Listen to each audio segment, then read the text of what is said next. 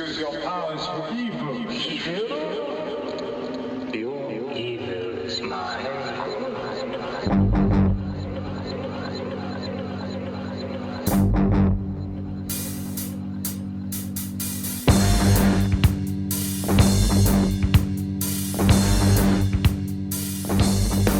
Hello, and welcome to a new episode of Next Stop Everywhere, the podcast all about Doctor Who.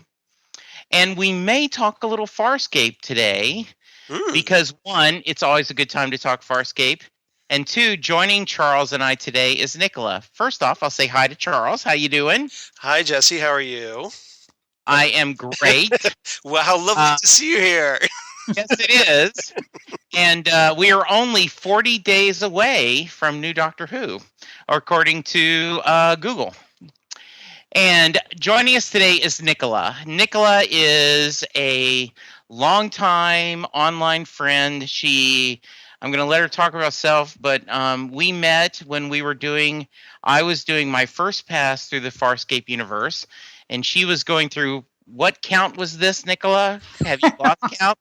5, 6, 7, I don't know. I quit counting a long time ago. So welcome, Nicola. Thank you for joining us. Oh, I'm very glad to be here. I'm glad you invited me.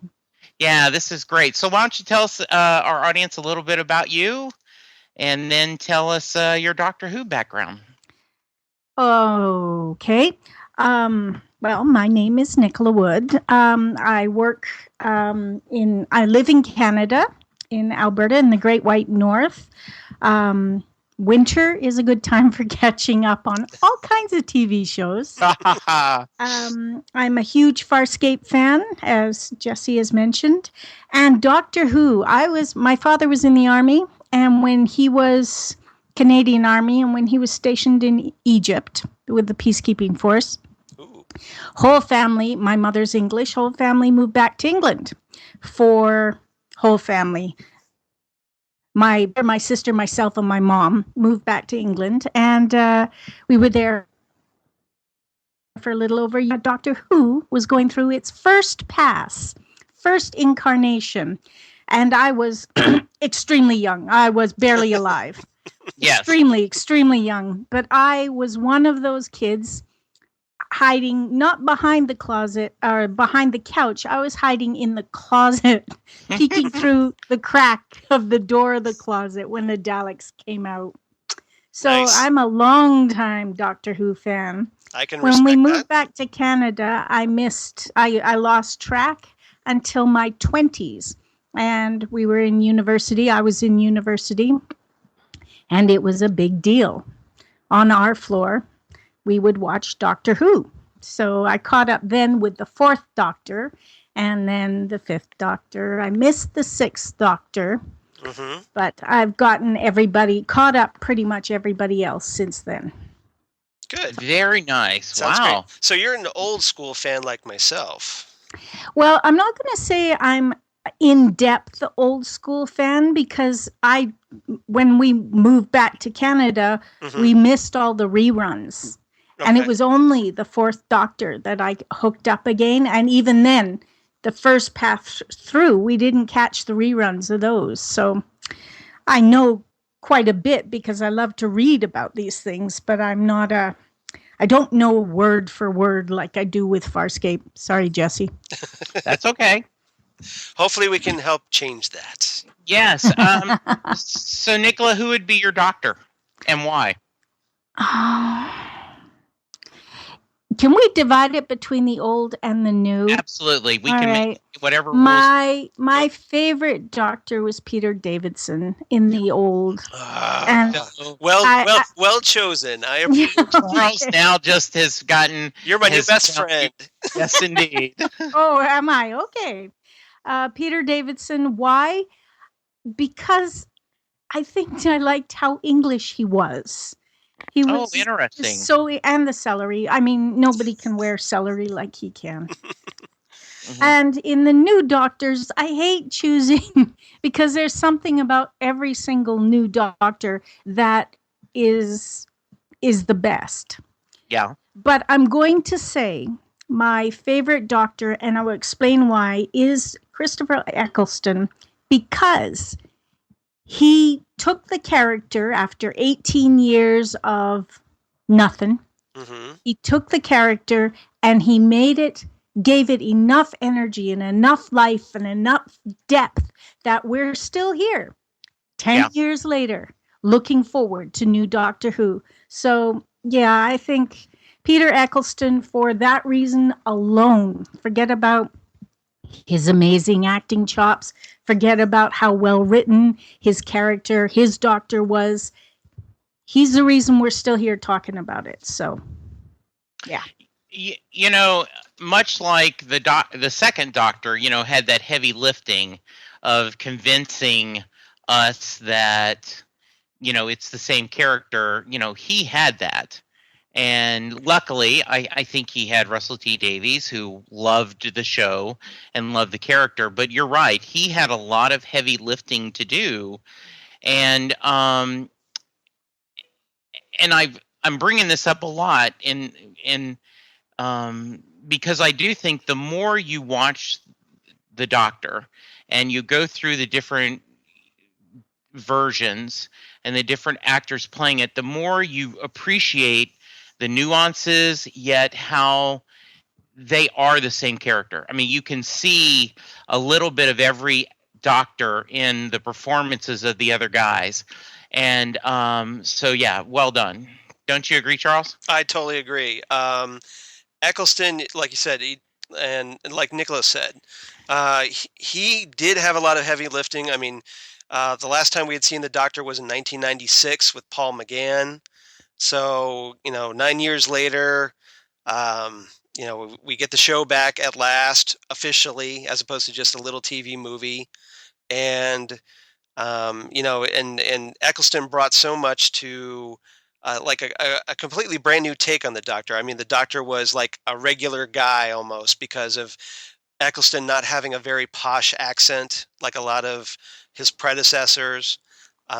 So he was as a result, I think it was much more relatable, and together with Billie Piper as Rose, I think it was just that kind of just that completely fresh approach that the show needed for a comeback. Yeah, and you know, Charles and I have already talked about this, but Nick, I'd love to get your take on it. We think it's genius how when they brought it back, they kind of streamlined it. They didn't ignore the history, but they were said like it doesn't matter. You know, here's a guy. He's got a blue box. He travels in space and time. Run. Right. You know? Yeah, you didn't need to bog down the new viewers because you're basically introducing this to a new generation. So you didn't want to bog them down in all this backstory of like the original 26 years. So. They didn't need to, when you think about it. They really didn't need to. It's a genius concept. Mm-hmm. A madman in a blue box traveling in space and time, forward and back. That's really all the audience needs to know. And they take it from there. They throw in a little bit of exposition here and there to explain things, mm-hmm. like regeneration or, I don't know, the sonic screwdriver. But they only show up sporadically, those little exposition, and you don't want to get bogged down in exposition. So they only have a little bit here and a little bit there. And the audience catches on. The big thing that interested me when I watched it, the new Doctor, was I was wondering how Americans were handling the British accents, because some of these accents were extremely broad, and I kept like the nesting consciousness. If you have no idea who the nesting consciousness is, and you don't understand what those words are that just came out of Christopher Eccleston's mouth, mm-hmm. you're going to be a little lost. And I was wondering how Americans handled that. You guys would have known, but yeah. I was wondering. Well, I mean, as an old school fan, I would, it took us some getting used to. Like I said, Eccleston's accent was a little, like that thick northern brogue was a little hard to take for some viewers, especially at first. But I think that word of mouth kind of carried the show around, so that people kind of sat down and gave it a chance. American audiences had the benefit of like seeing the show on public broadcasting, but they didn't really. I mean, and they've also seen things like Monty Python, Benny Hill, whatever. So over the years, Blackadder, Red Dwarf. So it's not like they were entirely alien to the concept, but it took a little bit before hitting the mainstream. I don't think it really took off until David Tennant. I mean, I think it started to build with Eccleston, and then with David Tennant, I agree. Really took off. And I think that, and then Matt Smith is. Yeah, you're breaking still up. there? You're breaking up. Yes, you are. Yes. So yes, it started picking up ground with Tennant, and then went crazy with Matt Smith. I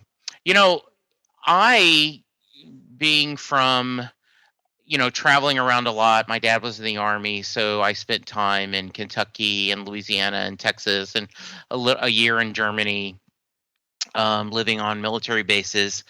So I didn't particularly have, a strong accent that I don't think I do anyway.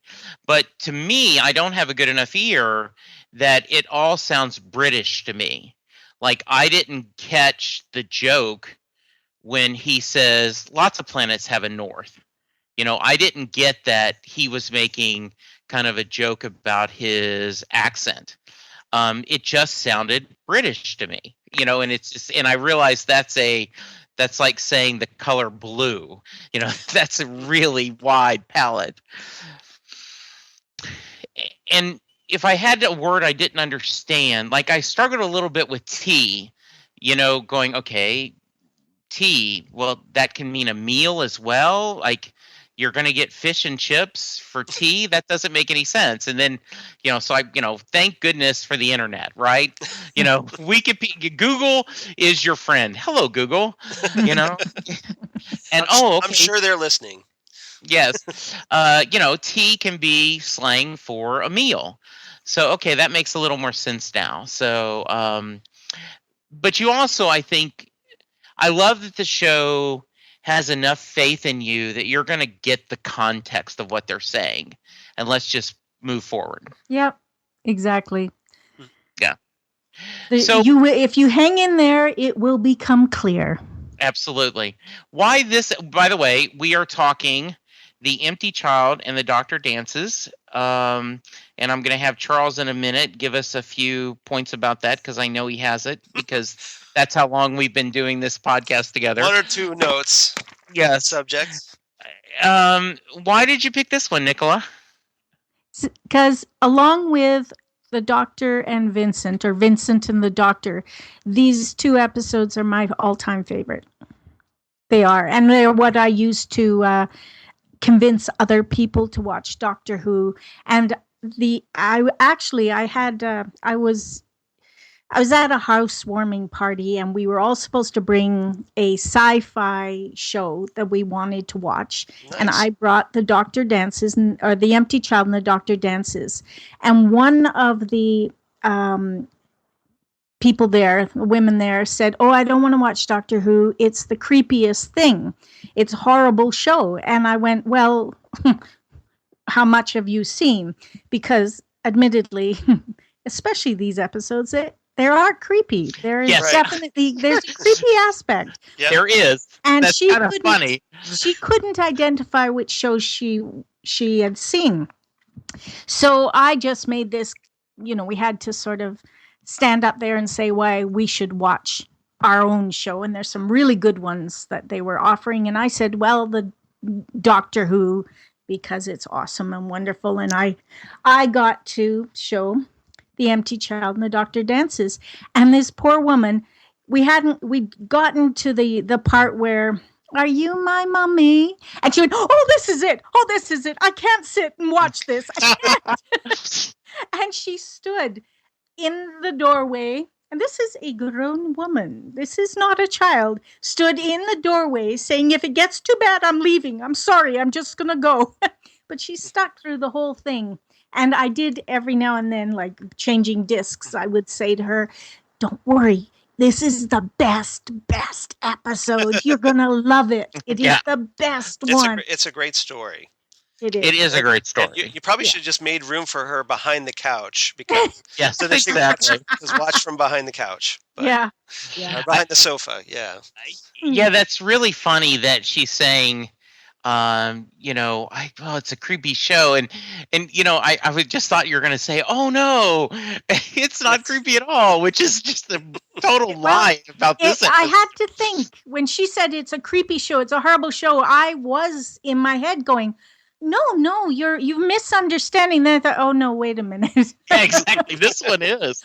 But she probably watches the better. X-Files or something. Yeah. Not creeped out by that. It gets better, really. It gets better. It's worth sticking with this one. Yeah.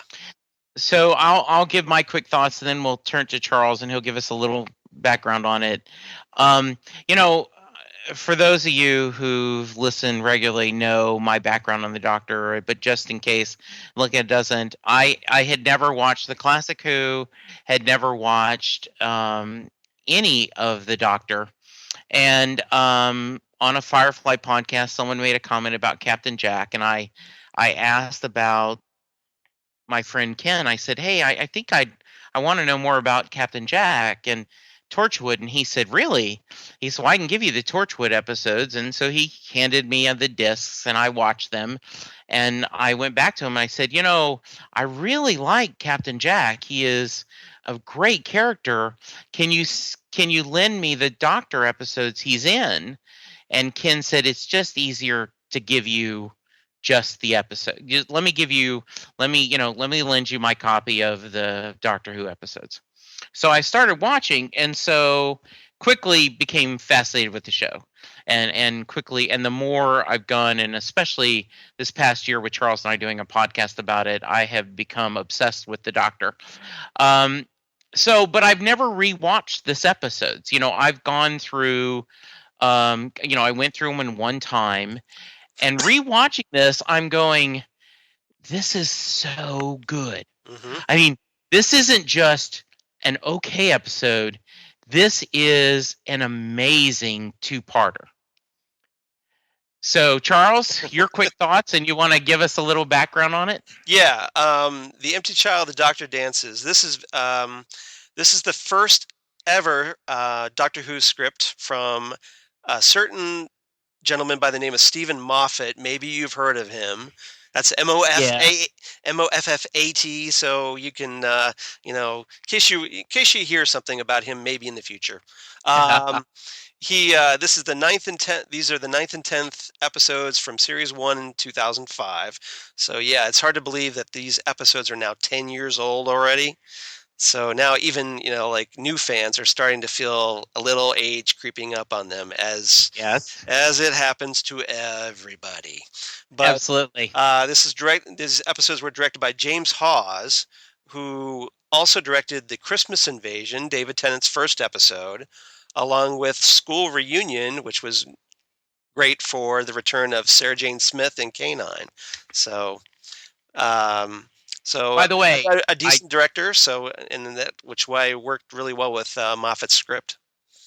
By the way, I just rewatched that this week. BBC America was showing it, and that has to be on our to discuss list. To do list. Yeah, School reunion. Yeah, school reunion. Okay. Yes. Yeah. Okay.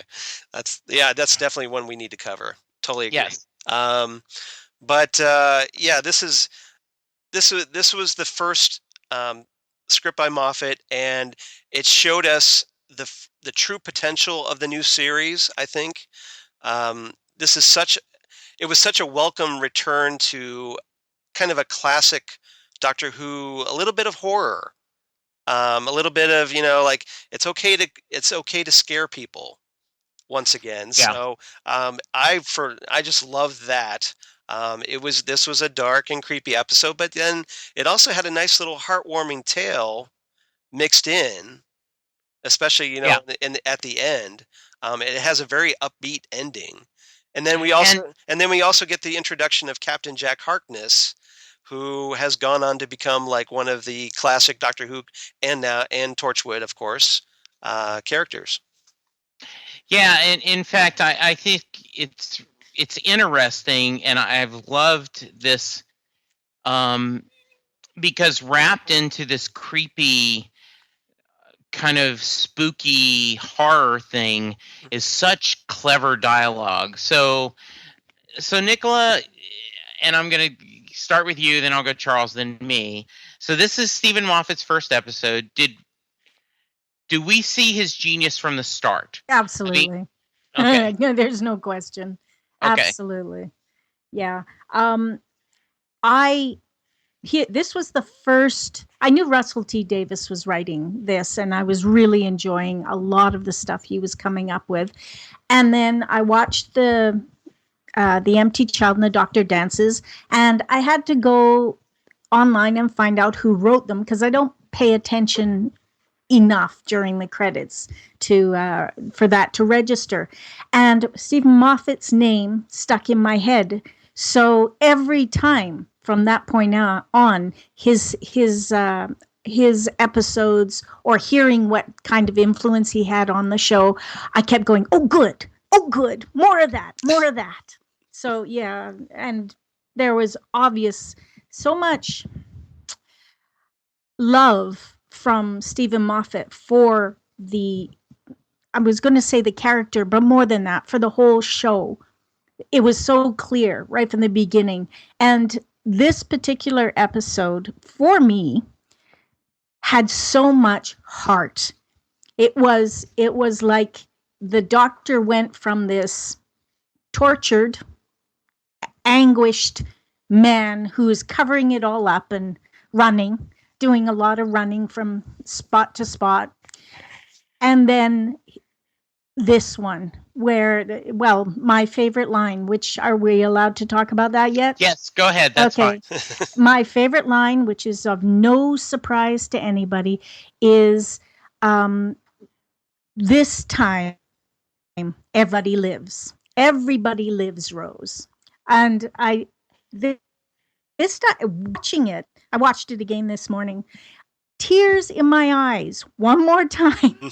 And it's not like I haven't seen this episode more than once. I knew it was coming and I choked right up to the top of my throat and tears in my eyes.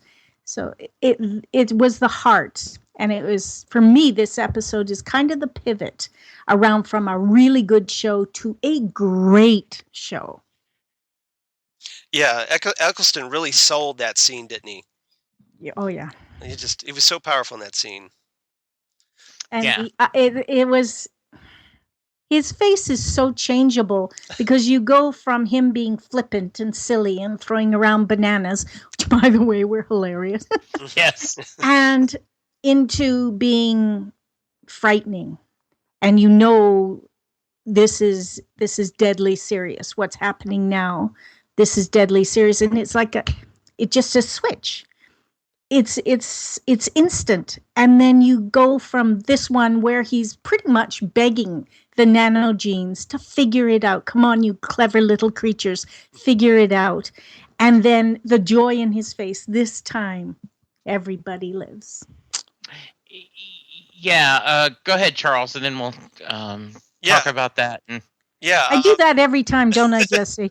No, that's great. No, I love the idea, and I knew that we may not follow our agenda, but we will have a great discussion. So go ahead, Charles. You can talk about what she just said, or you can share with Muffet, or both. Well, I just want to say that I completely agree with Nicola on this. Yeah. This story is essentially the first true classic of the modern era, in my mind. I mean, the scripts were great, toward this point, but this is the first real home run in my mind. I mean, the first the first time you just went, wow, what a great story. And Moffat, yes, he's brilliant right from the start. He's the dialogue just sings with all these great snappy one-liners, the back and forth banter.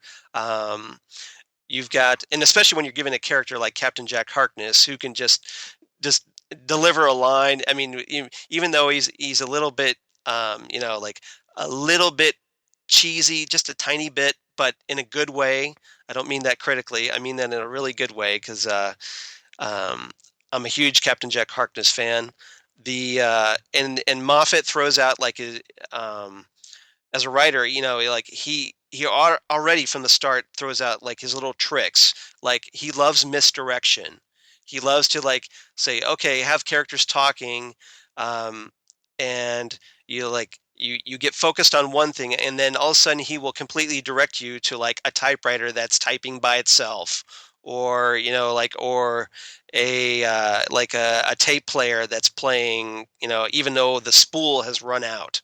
So, and you get so caught up in what's going on, you kind of forget about things, and then you're like, oh my God, and you're kind of shocked and realizing things that are like going on without your notice. And he's really good at setting that stuff up, and then kind of steering you in one direction, and then you just completely forget about one thing and it's something else. So I think that's great.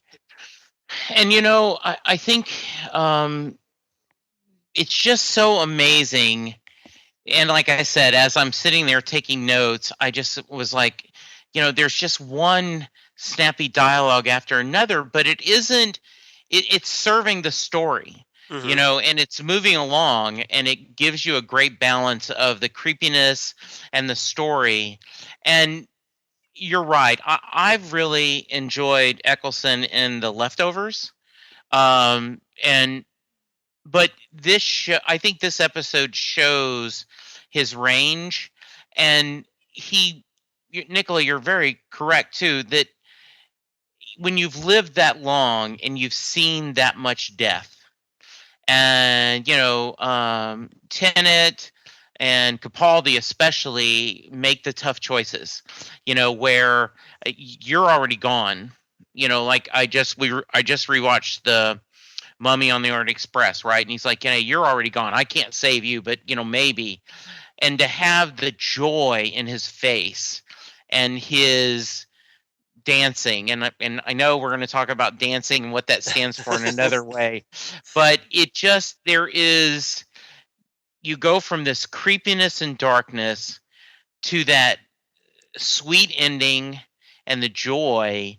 It really does. I well said, Charles. This is a modern classic. Mm-hmm.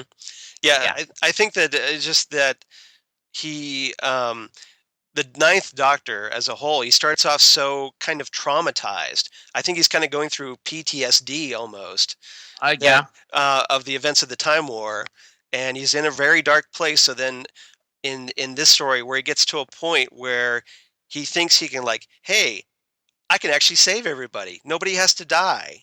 Everybody, just this once, everybody lives. How great is that? And so there's this kind of exuberance. It's like, hey, it's not. I think it's the Doctor's optimism starting to creep back, out of all that trauma. And because the Doctor as a whole throughout the series and through the original series he's generally an optimistic character. There are exceptions, but I mean, generally he's that optimistic that things will work out. So it was a great moment to kind of see Eccleston's Doctor get that little bit of optimism and hope again. Yeah, and as a new listener or viewer, I did not have the context. So when I watched this the first time, I was like, oh, that's kind of nice. But now that I've seen the seasons afterwards and some of the classic, you truly understand what he's saying and the joy. Mm-hmm. So yeah, great stuff. Give me a day like this. Give me this one. Yes. When he said that line, it was when you said he was suffering from PTSD, Charles, I absolutely think you're correct. I think that is clearly right. And he hooked on to Rose for whatever reason you want to debate, but he chose Rose as his companion, possibly because she was enough of a distraction of the chaos that was going on in his head. But Rose has led him to this. Give me a day like this. Give me this one. And this is when you say a modern day classic, it is a pivotal one for the Doctor's character, because he starts coming out of that storm in his that's always going on in his skull, the thunder and lightning that's always going on up there. And now that we've seen the War Doctor, we've known what we kind of have, not the whole details of the Time Wars, but we have at least a feeling of how bad things were. You could see the, and I think, you see Paul McGann, how right when he regenerates, how beaten down he is, and how tired and depressed is the wrong word, but just he has this weight on him. Yes, weight. That is great. And he, especially for the thinking at this point that he's he was responsible for Gallifrey's destruction and all of its people. So yeah, he has this burden on his shoulders that's just overwhelming. Yeah, absolutely. So you've mentioned how much you love Captain Jack. What's your thoughts on the character, Nicola? And how about how he's introduced in this? Captain Jack is universally beloved, so there's no surprise how much I'm going to say. I love the character. Totally love the character. I had a few nitpicks about the way he was introduced when he's standing in a well-lit balcony during an air raid. You're just asking to die. That wouldn't have happened. They're all big on blackout curtains and turning out the lights. And if you were on the balcony, I don't think they'd have had a problem with you being foolishly on the balcony. But no lights. You don't light up behind you and make yourself a target. Make the building a target. But Captain Jack himself is a rollicking character. He's truly, truly awesome. And he was worth setting a show on, like the character himself, Torchwood. Torchwood is a lot darker than Doctor Who, and I wasn't sure when they first started episodes. I kept going, but that's not the character as I remember it. But then they put so many layers of Captain Jack into Torchwood that after a while you saw how the character that we see in this episode, the Empty Child, could easily have been the same guy in Torchwood. Yeah. Yep. You understood what impacted him to make him darker, what he was dealing with. So absolutely. Yes. Yep. And there's so much with Captain Jack. He does have this, I imagine we're going to talk about it, but he talks about the reason he's no longer a time agent because they took away 2 years of his memories. And that is kind of like embedding the next story, except, of course, we didn't get that next story. Yeah, that element, I was one of the things I was going to bring up is like they kind of dropped that element. They didn't really touch on it. And I think it's a pretty interesting aspect of his character. So I think it's kind of a waste. It's kind of a wasted opportunity there. Well, I do think. Well, unless they get to it at some point, I don't know. They will. I'm sure they will, because fans, or if they don't, the fans will. Maybe in the Big Finish audio, since John Barrowman's kind of enough to reprise the character for Big Finish audio. Yeah. Yeah. But there have been so many puzzle pieces, just a single puzzle piece in stray episodes for Captain Jack's character that for people who are not dedicated or following that, just that's lost. But little things like the face of Bo, right, and one of the, not the headless monks, but one of the guys saying, "I stole this off the wrist of a handsome time agent. Yes. And okay, so this is all sort of coming together creepily, which is Yeah. perfect Doctor Who. Mm-hmm. Yeah. Charles? Yeah, I absolutely adore Captain Jack. Like I said, it's Barrowman, John Barrowman. He's charming as all get out. He's Mr. Smooth. He's wooing Rose, and he doesn't just bring her aboard his ship. He takes her to the top of the ship, the Chula warship, and and he's breaking out like the Moonlight Serenade. And the champagne. Yes. And he's breaking that out. Right. And he lights up Big Ben during the Blitz, which he lights up the face of the clock tower. Which is another problem you wouldn't do in the midst of an but Captain Jack is just, does what he wants. That's Captain Jack's character. Yeah. And so I love the rewatching this, you see very clearly, even before at the end where they talk about that they are more open to dancing in the future with different partners. And, I think, from my perspective, and I told John Barrowman this when I met him last year at a convention, that I think not that celebrities want to be role models, but I think he is. I think he is a role model for not just LGBT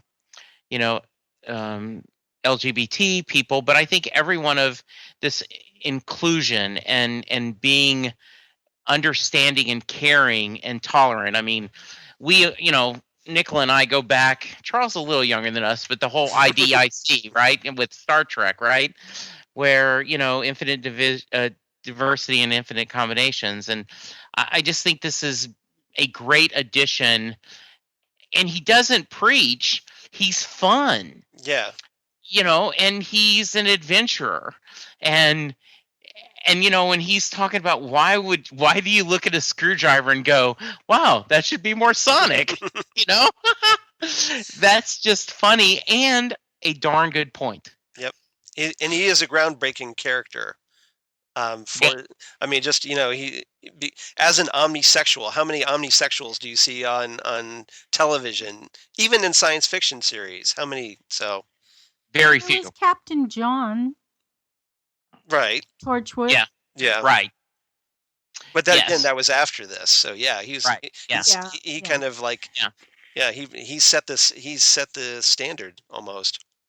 So I'm going to skip ahead and ask you a question, then we'll go back to talk more about the audience. So He or River Song, who do you think is there someone else the best addition to the Doctor Who mythos?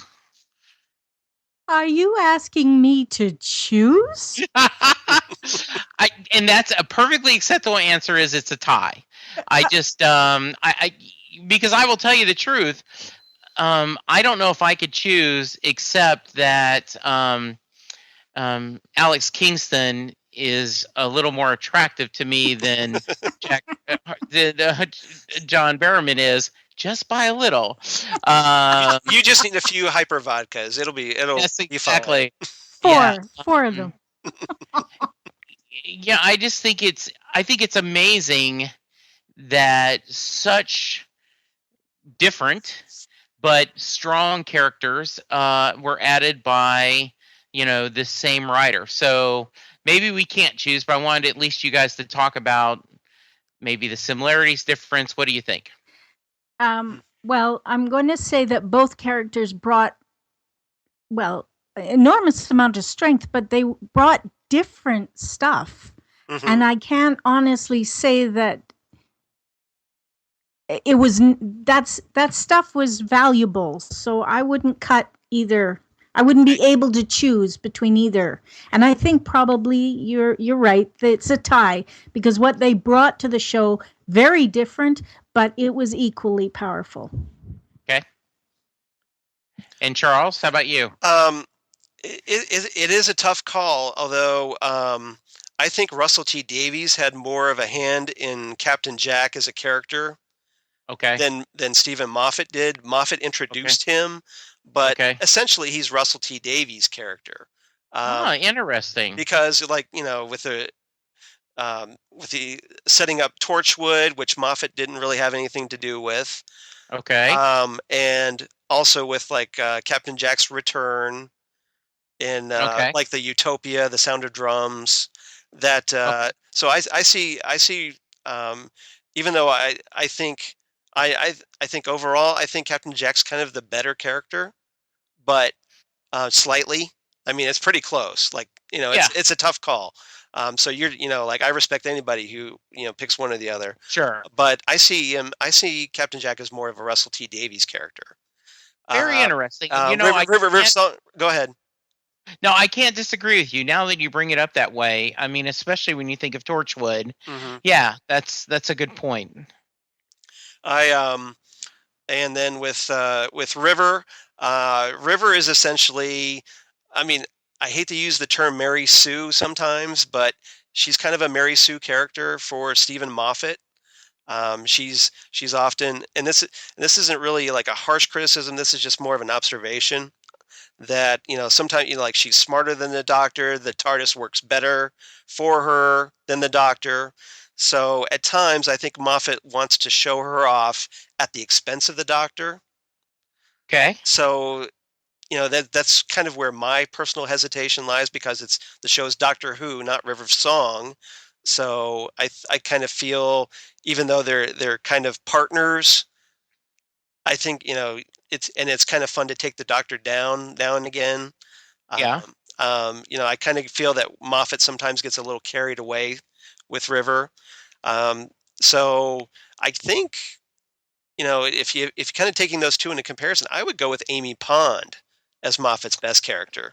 Very nice. Finally getting around to my answer, yes. But yeah. No, I think that's fair. I think that's a good answer. Weeping Angels could be a possibility. Yes. I would love to see Silence, Yeah. Yep. So I would have loved to seen Captain Jack and River Song in a movie. I think that would be awesome. I'm hoping, since both of them are doing Big Finish Audio, that we'll finally get a Captain Jack and Meeting River Song. But obviously, I would prefer to have it happen on the show, because I think those two on screen, as much as great as it would be on audio, I think we really want to see that on screen in Doctor Who. And I would, those two back and forth, put those two characters in the same room, and you might as well just run, because everything is just going to break loose. I almost would just a 45-minute episode of them sharing a meal, both in character, I think would be better than a lot of TV shows that's out there already, right? Yeah. So I want to, Nicola, talk about your thoughts on the Mystery of the Children and the search for the mummy. We've already kind of talked about how creepy it is, but as an episode and as a mystery, how do you think it worked? Oh, well, the first time I saw it, I was completely baffled. I was. But then again, I was buying into the idea of be quiet, just watch, it will all become clear, and it did. But as a mystery, I think actually I was listening to the commentary by Stephen Moffat, and he was given the framework. He says is a gang of children in wartime London, and most of the filming takes place at night, which is kind of counterproductive, because children aren't really allowed to film after a certain point in time. And when his objection was raised, they said, "Oh no, film it inside a building." And he goes, "But these are feral children. They don't spend a lot of time in buildings." Yeah. So I think they started out with that concept, which you could see. And I do like the way they tied it back, like the whole thing was tied together. But they had to move away from that concept of the gang of kids running around in wartime London. Mm-hmm. Um, when the TARDIS's phone rang, it was one of those moments where I've never heard the TARDIS's phone ring before. Did I miss something? Nope. Has something changed important and I missed it? And from that point forward, by this time Rose is already swinging from from the barrage balloon. I'm thinking I'm really, really getting creeped out. The very first time we are given an idea of there is some kind of alien presence is when they've showed that distorted view from the camera, and it's obviously Jamie. Jamie has spotted the Doctor and Rose, and that's when you're thinking, oh, okay, that might be the alien ship. There's some kind of alien walking around chewing on people. I don't know, whatever. Yeah. Dangerous Mm-hmm. and creepy. And so the tension highlights. What was your question again? No. Just what you think about, the story, and was it a good mystery? And it was. Yes. This is open. Anything you want to talk about? All right. It wasn't a specific answer. No. Here. I thought I was going for a specific answer, and then I thought I don't remember what it was. No. But the point being is that it was the whole idea. We know there's alien tech in London. We don't know how long it's been in London. We do know there's an air raid on, and there is something watching. And that was a good mystery to set up. And then you added in the feral children, which was a really, even though they didn't get as much screen time as originally intended, I thought there was quite a lot of color. They added layers. You got this. There was one point when Nancy tells all of them, all right, we've got to leave now. Out you go. And one little girl doesn't move. She's sort of just sitting frozen in her chair, and Nancy has to go get her. And I thought that was really good to show that even little kids are traumatized. They're not resilient little bouncy rubber balls that will forget next morning. They are traumatized by the bombs dropping, and why we don't get any background as to why each of these children are feral, this little feral gang of children, but it must be something traumatic. One was there was a guy, they were evacuated to a Yes. farm, and the farmer was inappropriate, I think. Right. Yeah. That was addressed. Yeah, that one was. But this little girl, it wasn't addressed with her, and yet she was completely traumatized. So, yeah, I thought it was a good way to add mystery and suspense. And I think it was genius them, waiting, okay, if it's around dinner time, and if the siren rings, we're going to go in there and eat really quick, and I think it was funny that instead of taking the food and running, she actually tries to make them sit down. She tries to make it to be a family. Mm-hmm. A proper dinner. Yeah. Yeah. Nancy is an amazing character. Mm-hmm. Yes. Really well done. So, how about you, Charles? Thoughts on the storyline? Yeah. For this? I mean, they kind of, Moffat goes to a good deal of explanation explaining that big table of food, and there's an actual reason why there's so much food when everybody is like starving during the Blitz. So I thought that was really interesting. It was really interesting, especially when Nancy is very confidently knows why, and uses it to her advantage, very, very savvily.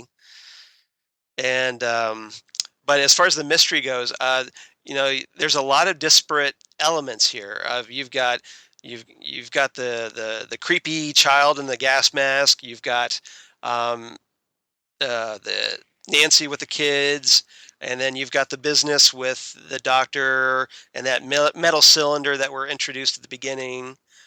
So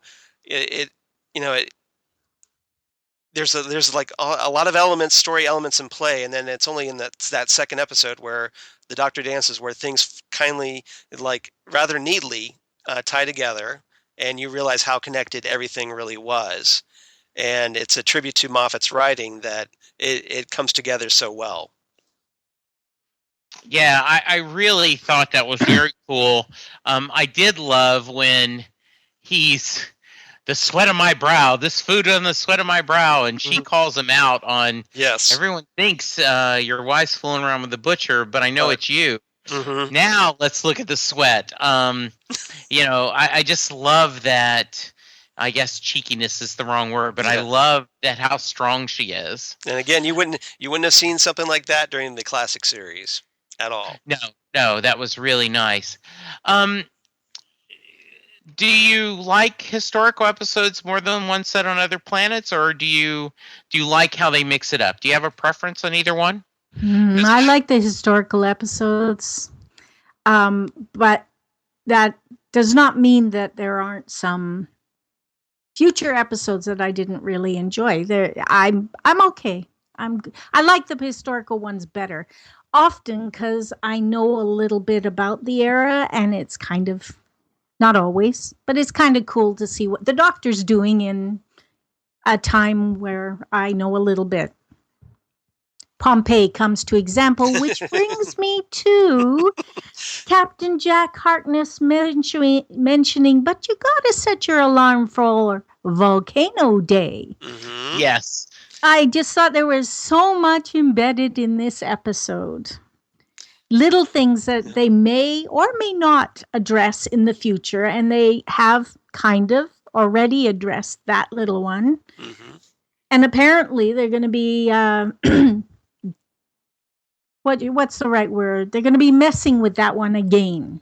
Revisiting. Yes, revisiting. Yes. Possibly. It's a nice little rumor that's floating It's a out. rumor, and we will see. Yes. Well, and I know that Moffat said it's not fair for us to ignore the regeneration number, and they kind of did a cheat, but at least they addressed it. I think, and so I think it's interesting that you've had a few people that have been a character and then played a different one, and Moffat has said he'd like to address that, so we'll see. But I thought that was interesting too, Nicola, when they talk about Pompeii, and you're like, oh, wait a minute, this Doctor doesn't go to Pompeii, but another one does. Yep. Yes. In an episode that was not written by either Moffat or Russell T Davies. Yeah. But it was called Volcano Day. Yeah, and I also love that the Doctor kept bringing that up, your alarm, your alarm set and everything. And I thought that was really clever and done. How about you, Charles? Do you have a preference on either one? I like both generally. This episode in particular, this story, is actually, I love this setting because it's World War II, which is one of my favorite historical periods. Right. If not the favorite, especially during the London Blitz, which I thought was a really fascinating time. And Doctor Who, now here in 2005, finally had the budget to do the Blitz properly. Yeah. I mean, we could have got that story in the classic series, but it wouldn't have been nearly as effective. You certainly wouldn't have anything like big shots of Big Ben, or all the raid, the German air raid coming through, and the whole scope and cinematic look of it. This episode looks great, and definitely takes advantage of one of the modern production values. So I think historical episodes are much more effective now than they were in the classic series. Yeah. If the first couple of Doctors, the William Hartnell and Patrick Troughton, they had some historical episodes, and some of they're great stories, but they're not always as effective as they could have been. So they come off a little dry, which is like it was. the historical episodes were kind of dropped, even though the series originally started as a way to teach British kids about history. So that kind of was a forced evolution on the series as the science fiction episodes became more popular than the historical ones. But I think but with introducing those elements, you can explore those times and still appeal to the science fiction fans that can't handle a straight up historical episode. Although they are fun. I mean, like with Moffat, or not Moffat, but David Tennant, and we get to going back in time to the fires of Pompeii, or the Unicorn and the Wasp, where he meets Agatha Christie, stuff like that. That's fantastic, and I definitely want to see more of that on Doctor Who. Yeah, I loved him meeting Shakespeare again, and I like the historical, and the fun they have with it, and even though I would like a non-human sometime, just for a change of pace, because we haven't had that really in this new series. But I have a little bit of fondness for the historical, and I agree with you. There's just something about this setting and this timeline is really, really interesting. We've kind of talked about how happy we were with the Doctor and the Joy. What else did we miss? What else do we need to cover in the episode? Sexual repression. Yep. Okay, let's talk about that. Dancing. Yes. We need to talk about dancing. We need to talk about dancing. Oh, there's so much more than dancing. Although that was an ongoing and very intriguing. Yes. We could start with, we already talked a little bit about what's his name messing around with the butcher. And everybody thinks it's your wife, but it's you, isn't it? And that's how Nancy gets out of that fix that she's in. But that was actually really effective in that you recognized instantly that Nancy could have said, and well, she did. She said, "I'll take another pass through your kitchen," because that kind of knowledge at that time, she really didn't care one way or the other. But that had so much power, she could have taken the whole everything in the house. That would have been devastating for him. Yes, and he knew it. Yes. And he knew it, yes. And I doubt even his wife knows. In fact, I imagine she's the last probably ever know, if she ever knew. So yes, there was that one. Then there was Captain Jack, who was pretty much the very first time we see him. He pats Algie on the butt and says, "Has nice bottom, yours too." Yes, yes. Right away, we are given. At the very least, bisexual character, and then we learn more about him and realize, I believe even the Doctor says in the Doctor Dances, he says to Rose something about human beings, you go out and you populate the planet, and everywhere you go, and Rose, everywhere we go, we just mingle. She doesn't actually say the word mingle, but she says something like, "We're looking for someone to, rock and roll with." Oh, that's good. We'll go rock and roll. Yes. And the Doctor's just standing there with this huge grin on his face, sort of, yep, absolutely. That's what human beings do, is they go out to every planet and see who they can hook up with. And I just thought, and Rose's face, it was pointed out in the commentary, Rose's face at that point. In 2005, in the last 10 years, the cultural shift in our culture, and I'm going to suggest Britain too, based on this episode, has been enormous. People it doesn't provoke that kind of reaction anymore. But it was believable 10 years ago for Rose to be, her face to be, "Are you serious?" Because it hadn't occurred to her It Right. just wasn't something that occurred to her. And now it would definitely occur, if not immediately, somewhere fairly quickly in the Yeah. discourse. There was also in the Doctor's dance, we all know what the sonic screwdriver is a euphemism for. Yes. At least it was in the day of the Doctor. Yeah, well, and in school reunion too. Right. When you guys Yes. talk about it, don't forget that detail. Mhm. But he hands Rose his sonic screwdriver to mend the barbed wire, and I thought there was some tension between Captain Jack and the Doctor and Rose. And Rose was kind of oblivious because she wasn't really, but the Doctor feels a little bit of,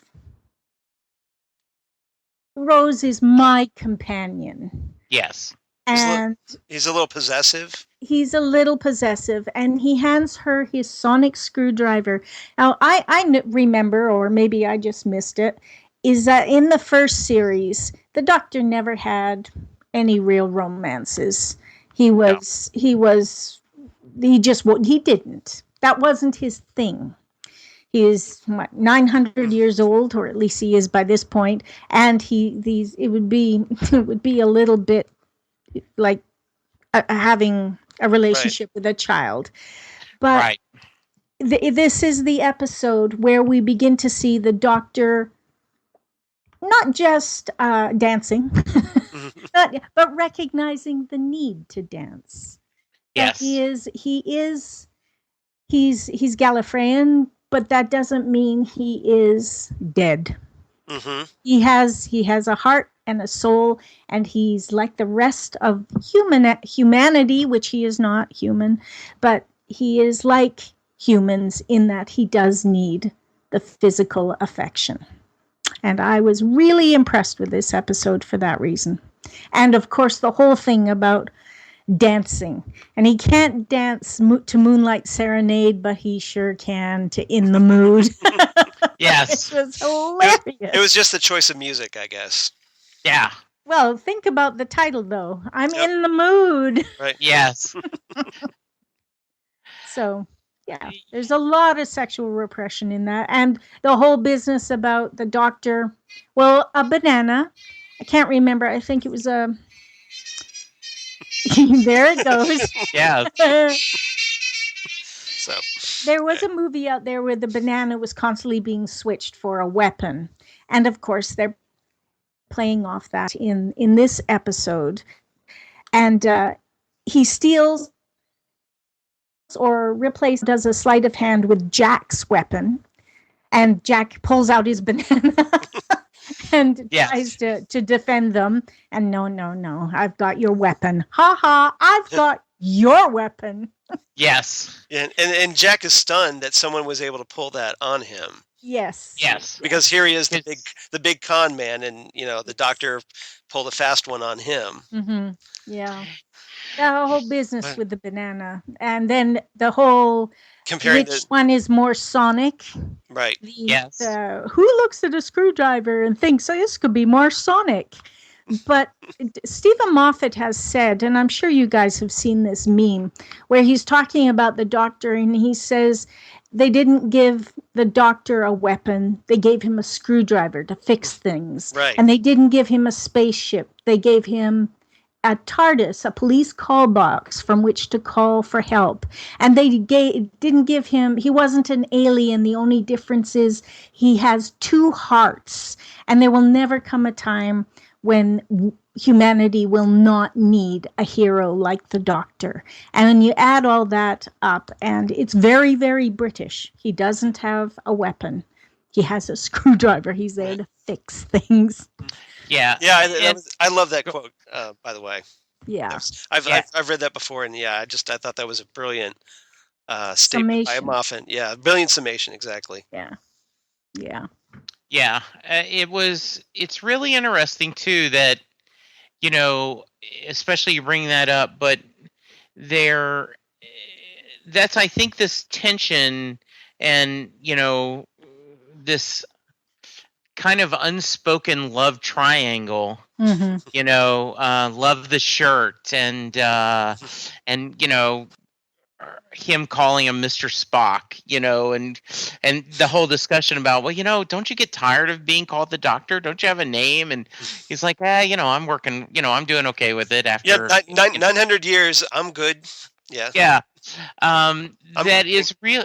Yeah, it's really a nice thought. And, for all greatness, I think part of the greatness of the Doctor and the Doctor Who series is, there's two layers. If a kid's watching this, it's just creepy and you kind of have the happy ending, but there is that kind of Captain Jack and going over and, the the surprise, right, when Jack realizes that there's no way to get away from the bomb. And, so he has his martini with too much vermouth. Mhm. And, he's kind of he's accepted it, and the Doctor showing up is just, and hey, you want to shut the door? There's going to be a draft, shortly. I love the camera work in that scene. Yeah. Where, like you're up at the front of the ship with Jack, and then you kind of draw back into the TARDIS and realize the TARDIS is there on the ship. Yeah. Without even hearing the materialization. Right. Materialization. So I just thought that flowed so seamlessly, and I thought it was a cool thing during the episode. Yeah. It was beautifully done. Yeah. And I didn't even get and I still don't. When I look at it, I don't think the TARDIS is actually on the ship. It's sort of embedded through the ship because I think the TARDIS somehow is like he docked. It's almost like he's docked with the ship. Yeah. Yeah. But the first time I saw it, I was just so puzzled. Well, good. I'm glad they're saving Captain Jack. Good. Yay. Oh, yeah. Yay. We're in the TARDIS now. Okay. Yeah, okay. This works. And also the music. Once I heard the Moonlight Serenade sort of cut in, that's when things started to, okay, things are happening. We're good. We're good. Yeah. It was, really good. Charles, any thoughts on the sexual themes in the episode? I think those have been pretty much addressed, but the idea of dancing as a metaphor, I thought was really cleverly done. I realized, like with Doctor Who, you have to realize this is supposed to be a family show, right? So, like you said, it has to be something that appeals to kids, but also appeals to the adults in the room, and presenting it as such. For one thing, you don't get as many letters or emails from irate parents, right? But it's also very tasteful in the way that using dancing as a metaphor. It's very classy, and with the Doctor, being able to show Rose that yes, he's not just the Doctor, the oncoming storm. He's the Doctor as a someone who feels things, and so this is the first time we see the Doctor really opening up and having a little. He's had some fun moments, but until now, he really starts to break out of his shell a little bit. Yeah. Yeah, and we've talked about it, but it is amazing and wonderful to see the joy of, the Doctor at the end, and how it feels like a small weight has been lifted off him. And I think you touched perfect, Charles, you said he's reached bottom and he's going back up, and he's rebuilding himself almost. Yeah. And just that joy and the I can dance and Rose being enjoyed. And I had forgotten that Jack stuck around, for the season. So I got to tell you, he's an official companion. Yeah. Yeah, it was very tempting to go to the next episode. It was, wasn't it? It really was. I'm so glad. How about you, Charles? Anything we've missed? I think that pretty much covers it. We talked the whole revelation with Nancy. Oh, okay, yeah, There's good. is pretty powerful. And you realize, like, well, okay, how did a young teenage mother cope during, especially during the Blitz of all things? Yeah. And here she is. She's kind of like almost. She's tried to like push it out of her head Yeah, that her son, yeah, like, oh no, he's just my brother. Well, right. I don't And, think she said just like my brother. well, no. But my point is that when she talked about him, like Jamie, she referred to him as her brother. Yeah, Yeah. yeah. So And that comes under the sexual repression thing. right. Because So 16-year-old girls aren't supposed to be having sex without being married. Exactly. So she has to kind of present him that way Mhm. to society in general.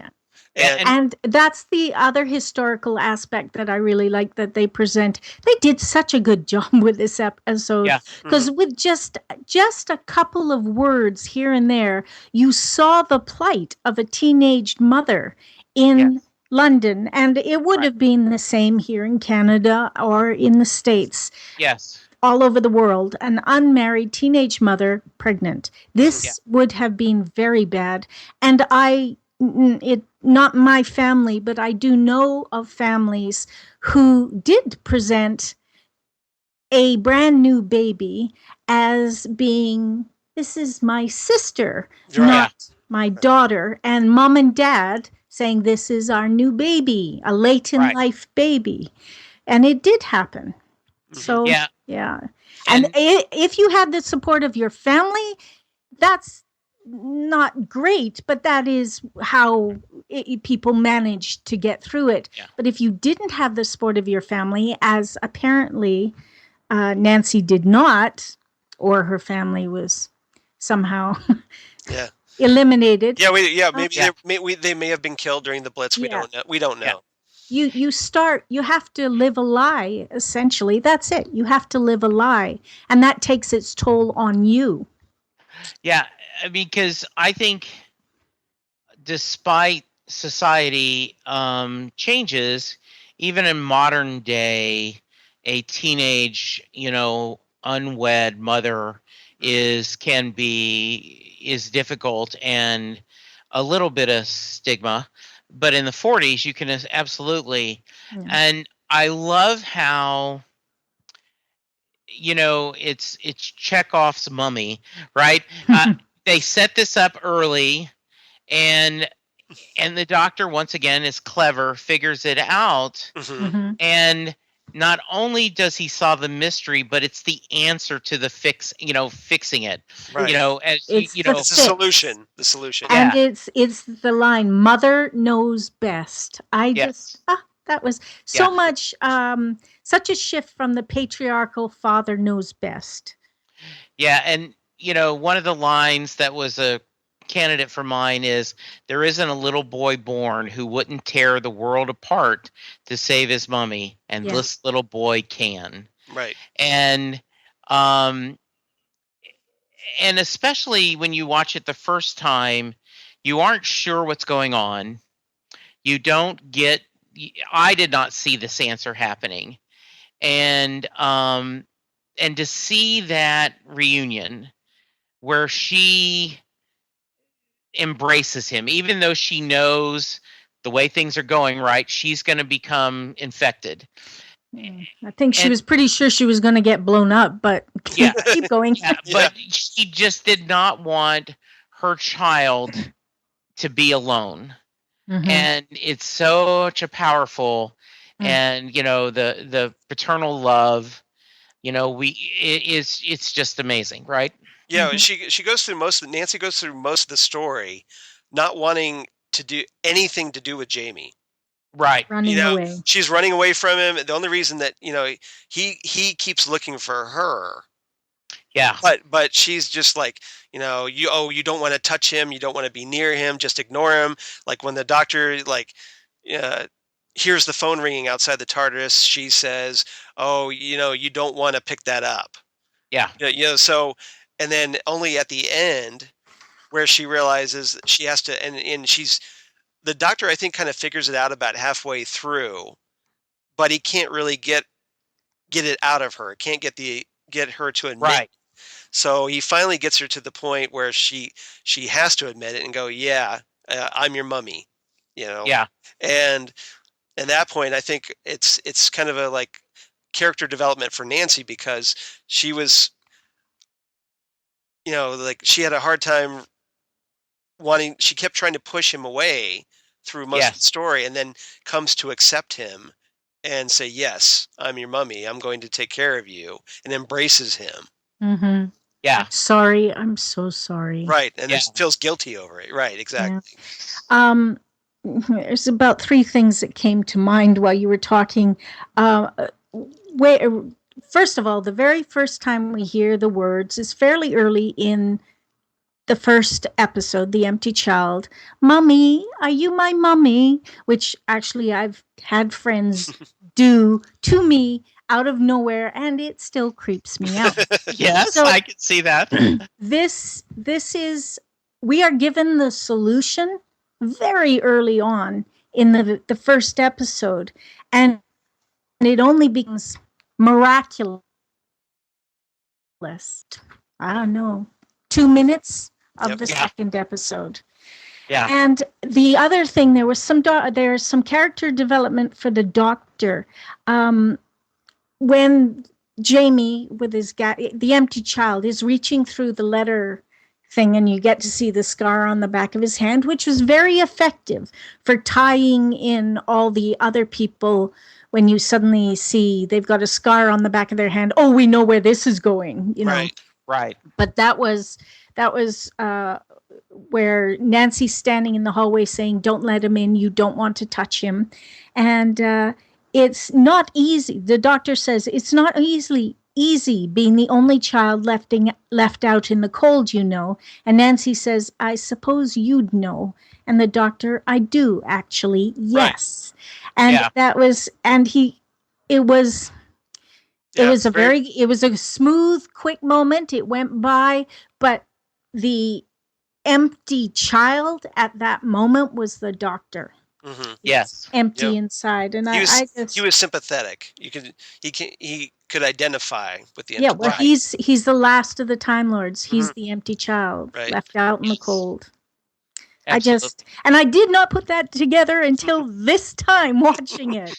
It's one of the things I liked about Farscape is that rewatching, you see more and more and more. It's the same with Doctor Who. You see more and more and more. You kind of appreciate, like there are little sly things that you may not catch the first or second time around, but that's good writing where it's so nuanced. Yeah. And you keep finding things to enjoy. Yes. Yeah. Yeah. Absolutely. And how great was the go to your room resolution to the cliffhanger? Yes. It was such a great cliffhanger. This was the first real cliffhanger we got. Really got in the modern era. And so and it was a great cliffhanger, and then we get that totally unexpected, because no one saw that coming. I mean, if you saw that coming, you're a better person than me, because there's no way. That made my my list of lines of favorite lines. Is I'm really glad that worked. Those would have been terrible last words. Yes, right? I was going to mention that. But also, wasn't the boy who played Jamie excellent? Yeah. You could not see his face. But at that moment when he stops, he's going wherever he is, and he hears, "Go to your room." Mm-hmm. He stops, he turns, he droops his head, and he sort of sloughs away. And then you see Nancy inside the house, watching him out the window, and she's crying, just tears running down the face. It was funny, and it was effective. You don't know why at that point. You don't know why it's effective. Mm-hmm. And it was sad. That boy's name was Albert Valentine, by the way. Oh, really? Mm-hmm. Yeah. He'd probably be about 15 now. I hope he's still acting. Yeah, he's a teenager. He's got to be a teenager by now. Yeah. So, yeah. You know what else I thought was really nice is Rose and Nancy's discussion, right? Where you wouldn't believe me. And she starts listing all the things that's going on. Why wouldn't I believe you? And when she says I'm a time traveler, she goes, oh, now I don't believe you because I don't think there's going to be a future. Mm-hmm. And she doesn't believe her because time travel is ridiculous. She doesn't believe her because there's no future. Yes, Right. and then she goes, but you're not German. Mm-hmm. And when Rose tells her, I kind of teared up, Mm-hmm. because, and I certainly, I don't want to get into a political thing about the right thing about war or nothing, but there is something about, Churchill and standing there no more, and, as London is getting destroyed, that they went through and done this. And it was, I thought that was a really cool little scene that really has nothing to move the story along, but it was just great. Yeah, it's Nancy and the Doctor actually having parallel themes going, because they're both dark characters in both the really dark places, and they kind of like Nancy feels that she has no hope, and Rose is like, no, look, there's actually something to hope for. Yeah. And same thing with the Doctor. He has no hope through most of the series so far, and then finds hope here. Yeah. Well, that was the other thing I thought, other theme, Jesse, was that this episode was really a paean. Maybe that's too strong a word. It was a love letter to Britain. It starts out with Rose wearing her Union Jack t-shirt. Yes. And she's taking it out for a spin. And then she's hanging off a barrage balloon wearing a Union Jack t-shirt. Right. Maybe this was not the best choice of apparel to wear. And then the Doctor says, he says to Nancy, amazing. 1941, right now, not very far from here, the German war machine is rolling up the map of Europe, country after country, falling like dominoes. Nothing can stop it. Nothing. Until one tiny, damp little island says no. No, not here. A mouse in front of a lion. You're amazing, the lot of you. I don't know what you do to Hitler, but you frighten the hell out of me. And I thought that encapsulated so much about how people perceive Britain when we look at that time period, because the Battle of Britain was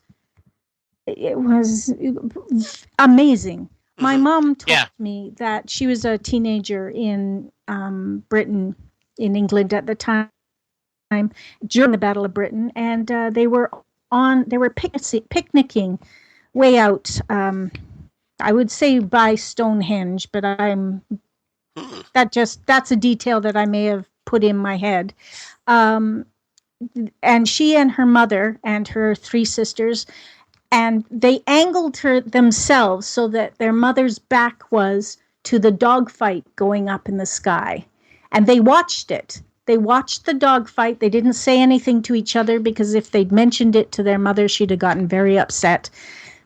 Having gone through World War I, she'd have made them, pack everything up and disappeared off. And they watched the dogfight. And I said to Mom, didn't you ever worry about who was going to win? And she said, no, not for a moment. I never once thought we would lose. Which I thought was an interesting perspective, because it's very different from Nancy's. Yes. Mind you, my mother was not getting bombed nightly in London. Right. Yeah, that's really interesting. Yeah. And there was one other thing about what they say about London.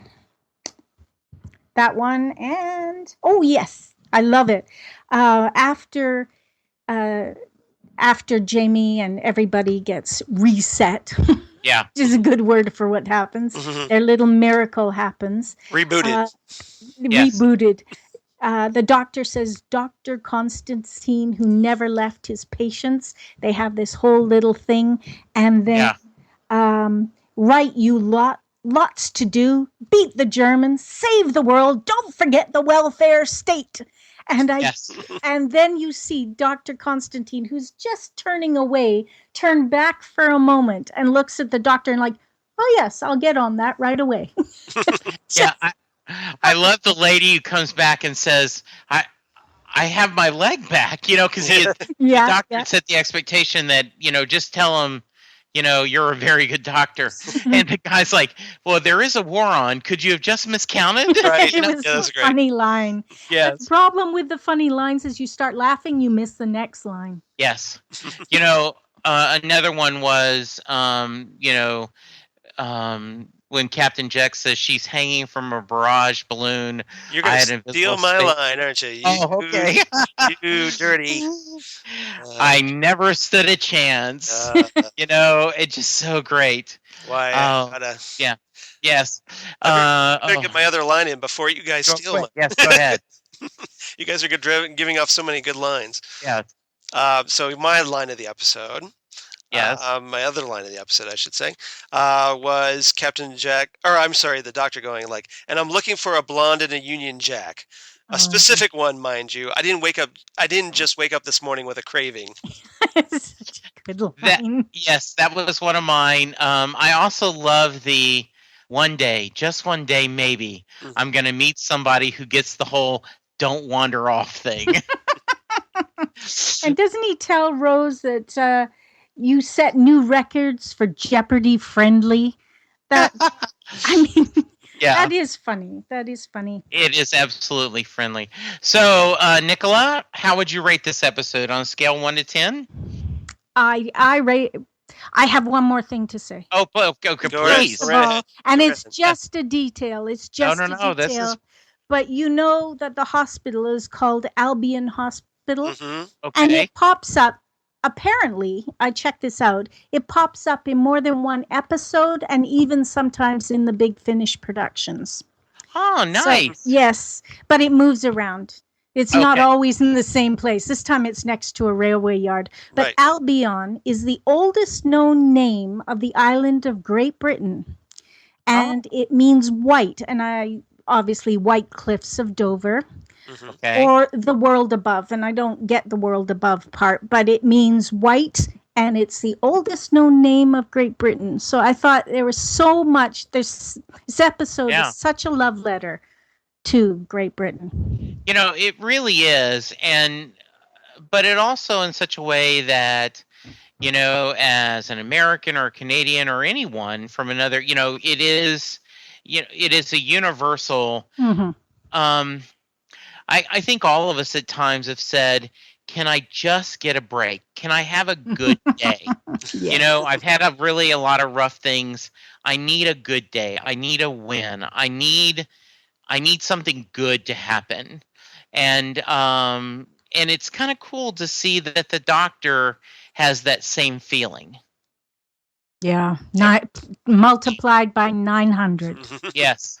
Yeah. All right. Charles, any last thoughts before we get to our ratings? No, I think that about covers it. I think I'm good. Very good. All right. So, Nicholas, scale 1 to 10? It's a 10, and it's 10 Union Jack t-shirts. Nice. Very nice. And Charles, how about you? I also give this one 10 out of 10. I give it 10 out of 10 bottles of champagne on top of a Chula warship. So I also give it 10 out of 10 bananas because you need the potassium. And absolutely bananas are good. Bananas are good. And and it's so much funny because, he's talking about that planet he visits. He only visited once. And, now it's destroyed and there's a banana patch. Well, I said I only visited once, a lot of... Main reactor went critical, vaporized a lot. Yep. Yes, absolutely. So, Charles, do you have us a suggestion on a reverse the polarity? Yeah, really quickly. I had to struggle a little bit for this one, but I'm going to go back to The Invisible Enemy, which is a Tom Baker era story from 1977, season 15 of the original series. It was written by Bob Baker and Dave Martin. and it's set in the year it's set in the 51st century. Okay. Which is a time period that Stephen Moffat absolutely adores. Yes. As we know with the Captain Jack, the SS Madame de Pompadour and Girl in the Fireplace and so on. So he loves that time period. And it's the Fourth Doctor and Leela responding to a distress call from this base called Titan Base, where various people have been infected by a strange sentient virus. Okay. So this is kind of where I was going with that. Yeah.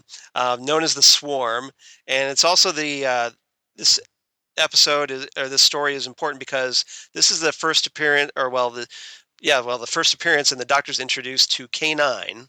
So it's kind of a big story there. Okay. Who helps them fight off the hospital's infected staff.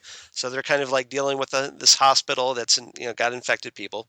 So kind of like the St. Albion's Hospital. Nice. So go live it, and then until they can figure out how to destroy the Swarm. So that's my recommendation. And for those of you who watched the War Game with us a few weeks, that's a great example of how it was, originally set in World War One, though we later find it isn't, and a perfect example of how a budget in classic era compared to a modern budget, where they've had to see. So very nice. Good job, Charles. Thank you. Next week, Heidi from Castle Cast is going to be here. We're going to talk about Blink, another wonderful Stephen Moffat episode. And so that's going to be fun. But Nicola, I do not say this to embarrass you. I just mean it truly. You were everything I knew you would be. And I love your insights. I love the themes and everything you look at, and we will have to have you on again after the new season is finished, and we'll do another classic episode. Or you're welcome anytime. If you really like one of the new episodes, say, hey, Jesse, I want to join you and Charles, because you're welcome anytime. Yes, you are definitely welcome anytime. Well, thank you, Jesse. Thank you both. I'm not blushing. I'm really not blushing. But I do. When I find a show that I think is worthy of digging into, I'm going to sit there and dig. Yeah. And I think Doctor Who is worthy. There's plenty of things to dig around for Doctor Who. That's for sure. And that's my definition of a good show. Mm-hmm. Is that you can dig at it and it doesn't fall apart. Absolutely. We're going on 52 years, so it's got such a long, rich history of things that kind of connect, and because with the show, the modern era show connecting so well to the classics show, they respect their own history. Exactly. Yes, they do. Without being beholden to it, which I think is important. Yep. So and I think that is truly one of the most magical parts of the show. And I was at a dinner with some friends that I didn't really know, but we kind of casually, and they mentioned, we were talking about podcasting, I talked about Doctor Who, and someone says, I never understood that, and I don't get why are there all these different actors. And so I was able to talk for a few minutes, and I stole directly from Russell T Davies. Russell T Davies, in one of the specials he did, he says, we wink that James Bond is played by different actors, but it's the same character. He said, and we just kind of hand wave that, we ignore it. He said Doctor Who embraced it, and that's why is part of the joy and the magic of this, and it's optimism, right? Mm-hmm. So totally. Good. I think, Jesse, you're kicking out here. Yeah, I think we lost Jesse. Yeah. So I guess I'll just chime in for Jesse and just say that we will catch you next time on Next Stop Everywhere. My thanks to Nicola Wood for joining us so beautifully and brilliantly. I think you did a wonderful job, so thanks, Nicola. And we'll talk to you guys again soon. Bye, everyone.